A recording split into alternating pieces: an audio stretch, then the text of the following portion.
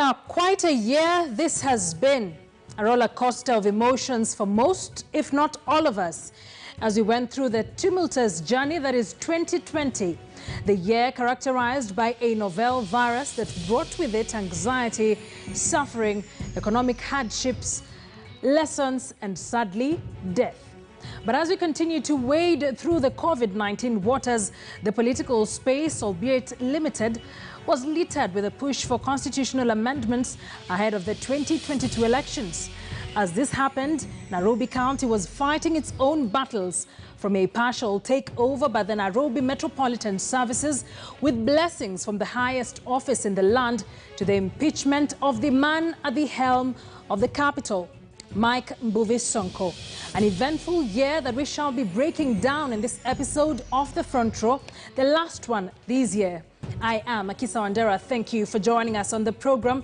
To be part of this discussion, do text us on 22155, tweet us at Akisa Wandera, at KT News KE. We'd love to hear your thoughts, general thoughts on events of this year, how we have handled things, how the government especially has responded to things like COVID-19. You can as well log on to slido.com.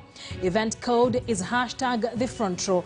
Thank you for joining us. Our guest tonight to just help us break down some of these events, what was important, what was not, what were the hits and misses in the fight against COVID-19. I'll be speaking to Gerotich Sei, a development and humanitarian consultant, Caroline Gaita, who's the executive director, Mzalendo Trust, they have released a report on how COVID-19 has affected governance in the country, and she'll be letting us in on some of those details. And later on, we'll be speaking to Gabriel Mudhuma, a political and governance commentator. He's on his way. Will catch up with us a short while. So just the other day, the country celebrated Jamhuri Day, and President Uhuru Kenyatta took a considerable time to outline how the government has responded to COVID-19 so far and what has worked. Let's take a look at some of the things the president said. We began by cushioning small-scale businesses through fiscal and monetary measures. These included the implementation of the 8-point economic stimulus program of some 56.6 billion. I unveiled this as part of the national response to COVID-19, and together with other fiscal policy measures, it has mitigated the adverse economic effects of the pandemic on businesses. These interventions bolstered purchasing power and increased earnings, and similarly businesses were saved by a reduction of corporate tax rates, incentivizing them to retain their staff establishment. But fundamentally, these fiscal measures, coupled with monetary policy measures, have had a positive impact on business in many ways. The lowering, for example, of the central bank rate from 8.25% to 7% has made credit easily available to businesses. The lowering also of the cash reserve ratio from 5.25 to 4.25 has provided extra liquidity to the banking sector, and this has availed liquidity to the tune of Kenya shillings 35 billion, further enhancing greater access to credit. On food security, the country is slowly inching towards sufficiency. As of this year, maize production is projected to rise by 12.7%, while that of potatoes is projected to go up by 19.8%. Regarding safe drinking water, I believe the record is even better. Right, President Uhuru Kenyatta, just the other day on the 12th of this month, during the Jamhuri Day celebrations, outlining some of the interventions by his government in his official speech there. And perhaps at this point, let's bring in our guests who are joining us. Caroline Gaita, the Executive Director of Mzalendo Trust. Your organization has just released a report on COVID-19 and how it has impacted Kenyans and overall the governance structures and situation in the country.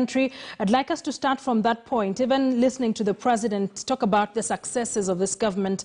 From some of the findings of this report, how have we fared? Thank you so much, Akisa. And let me start by saying that we released the report in June of this year, and the report covered the period between March, when the first case was announced, and June, when we did the report.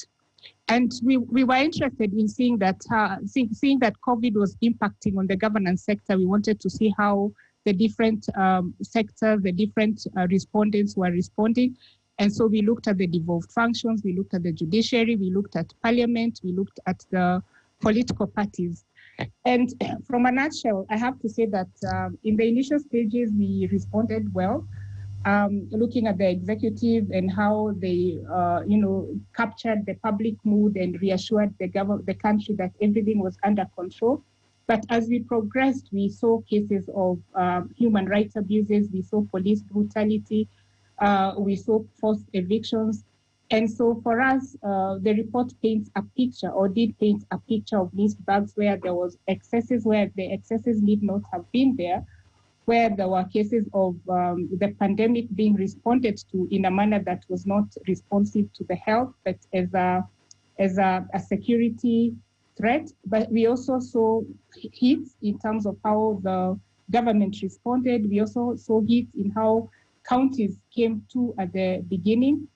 And we also saw how the health sector responded at the initial stages. Yeah. From June to now, a lot has happened since the coronavirus came knocking in March. And even as we work our way through the end of the year, perhaps what are some of the key highlights from what you observed then? And what are some of the things that you can talk about right now that highlight how we have generally reacted to this? Okay, so let me start by talking about an area that is core to our work, which is public participation and civic engagement, and the aspect of civic space. So obviously, the pandemic had an impact on how the public could meet, how the aspect of social distancing and how that impacted on public participation for us as we know them. And then in terms of parliament, there was the impact of parliamentary sitting. So at the beginning, obviously, we saw parliament went on recess. The recess was scheduled to happen even before the COVID happened, but obviously it meant that there were not, those first 2 weeks, they were not in session. And for us, an area that has been very interesting to observe and to monitor has been how public participation, a constitutional right that is clearly anchored in Article 10 of the Constitution, how has that been affected? How have the lack of physical meetings, the lack of sittings affected? Another area was access to information. How were the public accessing information relating to the pandemic itself in terms of the data, the numbers, but also in terms of the government interventions, the amount of funds that were being received and how that was being utilized. Another area of interest was, of course, the county preparedness. How are the counties responding to the health sector as a devolved function? And I think for the country, this was a time to see how health as a devolved function had fared on. And I think there has been a conversation around investing more in brick and mortar at the expense of key elements of doctors, beds. We've all seen the conversation around ICU beds. But I think also aspects of access to justice. So during the season, we saw the increase in cases of domestic violence. And we saw the judiciary try to move to the virtual space, but of course that had its own impact, and this was captured in the report, because a lot of those that were affected, for example, the evictions, the violence in informal sectors, didn't have the capacity, either from the usability, the affordability, or even the access of the technology that was then needed to access the justice. And then finally, maybe in a nutshell, just looking at the education sector, I think we've seen a widening gap between those that can and could access virtual education, and those that were in marginalized areas that Right. were not. And I'd like us to, at some point during the show, we'll really break down issues around the education sector, because it's been key this year, a lost year, as some of us have termed it, and perhaps what are some of the lessons we can pick from their policies we need to change around that. We're getting to that conversation. Jero, I want to bring you in at this point. I know you would have observations on really how we've generally handled the year in response to COVID-19. But let's start from this point. From where you sit, what are the hits and misses by the government in the handling of COVID-19?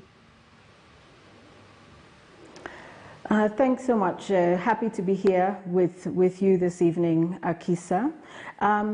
For me, in terms of hits and misses, when I go back to the early days of the pandemic and the request that I made and several others to the government, because I am in the humanitarian sector, I'm a specialist there, I said one of the things we need to do is, even as we try to save lives, we should not harm people in the process. And it was really a plea that we made to the government to say, be humane. We need a humanitarian approach to this crisis.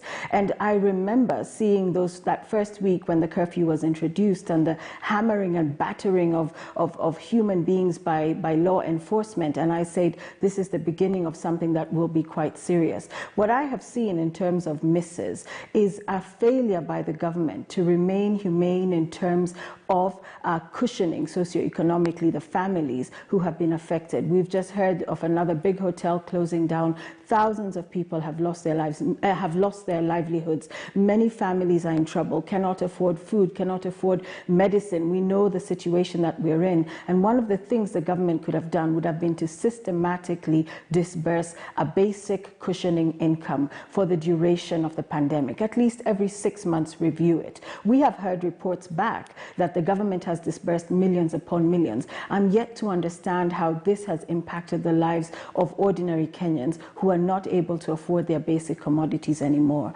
You know, in terms of hits, of actual successes, I would say that Kenyans generally have tried to be quite disciplined in terms of, you know, masking, trying to social distance against all odds. I think that I want to pass credit not so much to the government, but to the people of Kenya to the extent possible where they have tried to keep themselves safe. Of course, a big miss will be the political rallies that are super spreaders, and we have seen many people have become infected as a result of that. So although people were individually trying to be disciplined, I think there were collective instances of indiscipline, and this is how it spreads. And as somebody who caught COVID during the first wave and survived, I cannot underscore enough how serious it is if you catch it and you are symptomatic. So I think in terms of government response, there should have been a lot more humanity. The suffering is there. We are on the precipice of insolvency. We are not out of the woods. Families need to be cushioned, but instead what we have seen is theft. We have seen graft. Look at the KEMSA scandal, yet to be resolved. We don't see really prosecutions. We have lots of hearings in Parliament, but we've not seen any heads roll. So I think that it's a mix and match in terms of an attempt by the government to respond, but overall the population is still suffering, and there's a lot that we can do to keep people alive leading up to a time when this pandemic tapers off. But Jero, picking from what the president has said, and this is not the first time he tried to underscore some of the successes, what he terms the successes by the government in handling a novel virus. Nobody saw this coming. Looking at how we reacted around the economic stimulus package in various sectors in the country, improvement of infrastructure around the healthcare system in the country. Looking at some of these efforts or interventions by the government, do you think they need to be cut some slack? Those that defend the government say perhaps they didn't see this coming and they did as much as they could. Did the government do that?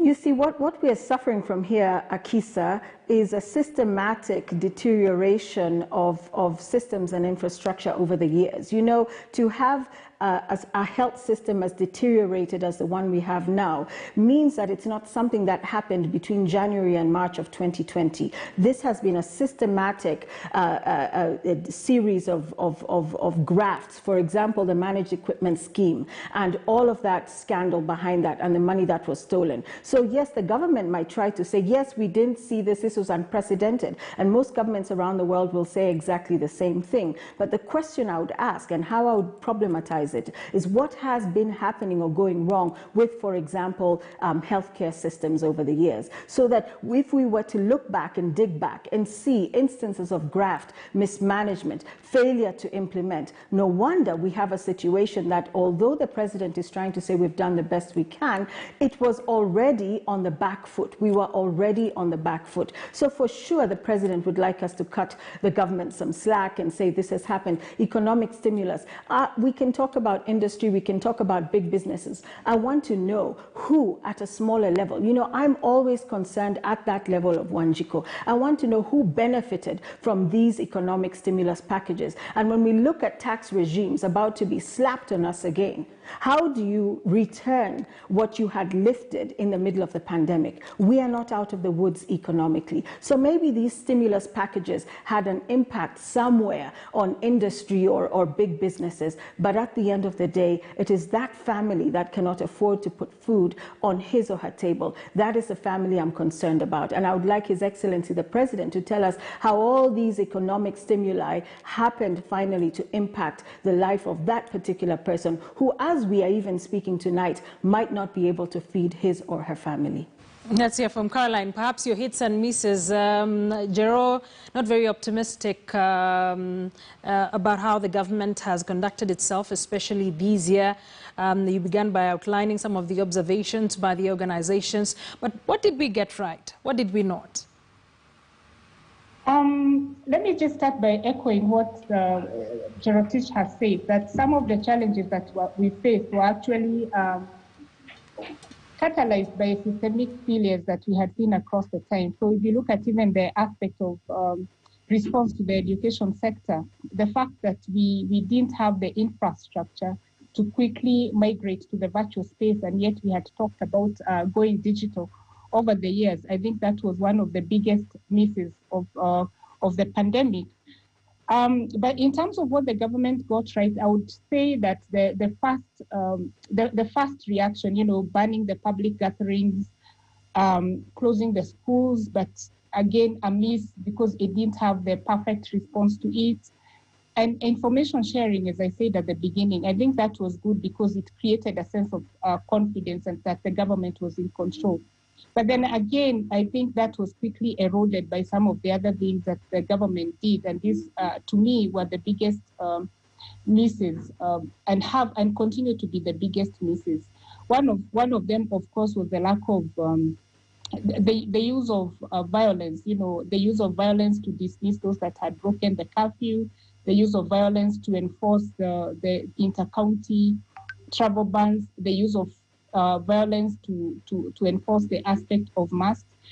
I think the fact that we didn't respond to the pandemic in a manner that spoke to the challenges that people are facing in itself a miss. Again, on the other hand, a positive thing was a positive thing was the tax cuts, for example, the breaks and the means that the government used to push on the citizens, you know, against the high cost of living. So the tax breaks, for example, the exception from tax for those on the lower tax bracket of the income. But these and these have continued. But then again, we've seen these cancelled out by the loss of jobs and loss of economic opportunities without some sort of a broad response to these challenges. Another miss, or rather, maybe another hit I would say was the stimulus packages that were put in place for SMEs. Yeah. Whether this was enough or whether this have been enough to then push on the sector from loss of jobs and loss of incomes also remains debatable at this point. Right. Let me, at this point, bring in Gabriel Muthuma, has just joined us, political and governance commentator. Gabriel, thank you for joining us. We're looking at the cancelled year. A lot of events this year, not much, really, when you think about the pandemic and the ravages of it all. Perhaps let's just start with an overview from you on what the government got right, on what it did not, what Kenyans got right, what they did not in responding to this novel virus. Thank you, Akisa, and thanks for having me once more. Well, I think, a lot of people have made fun to this year, and, it started well, but somewhere along the way, I think in the beginning, around March there, the COVID pandemic hit. And, I've seen, banters all over, people saying this year we only had January, February, March, COVID, and December. So, there has been quite, it's been a challenging year, if you will, Akisa. And what has come out quite clearly is, apart from the pandemic, apart from the COVID pandemic, there are things that have come to the fore. Key among them is our preparations or our preparedness towards such a pandemic has actually been put to task. Like I said, last time when we were having this COVID conversation, I told you the entire globe was caught flat-foot, and Kenya, being one of them. So we really had to start where everybody was starting, and it was quite challenging. We realized we did not even have the capacity to deal with this. Whether you are looking at PPEs, whether you're looking at oxygen, whether you're looking at equipment, hospital equipment, including ventilators, we knew we had, it was brought to the fore that we were not okay. And so I think we've been trying to build into that standard, and I hope that we do. The word of caution, Akisa, which all Kenyans must understand, we are not out of this situation yet. And sometimes, I wonder when we go back and assume as if this COVID pandemic is over. No, it is not over. Who knows? We could actually be in the eye of the storm. Look at Europe. They've already gone to the second lockdown. Many cities now in Europe are staring at a second lockdown. We are no different. So I think we need to continue upping our ante in this COVID situation. Like I told you, we could be in the eye of the storm. We could try and relax, but who knows? We could actually be hit hard. So I think as we move along, as we look at what 2020 was, and I know most of us really want to have this year get behind us, we are also reminded that yes, even with such challenges, you've seen our children have actually missed an entire school year. What does that mean for this country? And not only our children. Look at how our businesses have suffered. Look at how some of the developments that we are looking forward to, have had to take a back burner. So what does that tell us moving into 2021? Will COVID subside, or will it actually grow? And are we going to see more numbers out there? Are we going to experience more deaths? Akisa, we have to be alive to this situation, that we are not out of the woods yet. So to me, this is a good conversation we are having, but I don't believe we are out of the woods yet. Right, and we'll pick it up from that point. I'd like us to quickly take a short break. You're watching The Front Row. We'd love to hear your thoughts on this subject. Looking at 2020, what did we get right? What did we not? And especially dealing with the COVID-19 pandemic, even as we go down to other key events of the year, like the BBI and the push for constitutional amendments, the NMS takeover in Nairobi. We'd love you to be part of this conversation. Text us on 22155. Tweet us at Akisa Wandera, at KTN News KE. The hashtag to use is The Front Row, as well as log on to slido.com. Event code is The Front Row. Let's take a quick breather. We'll be back with more.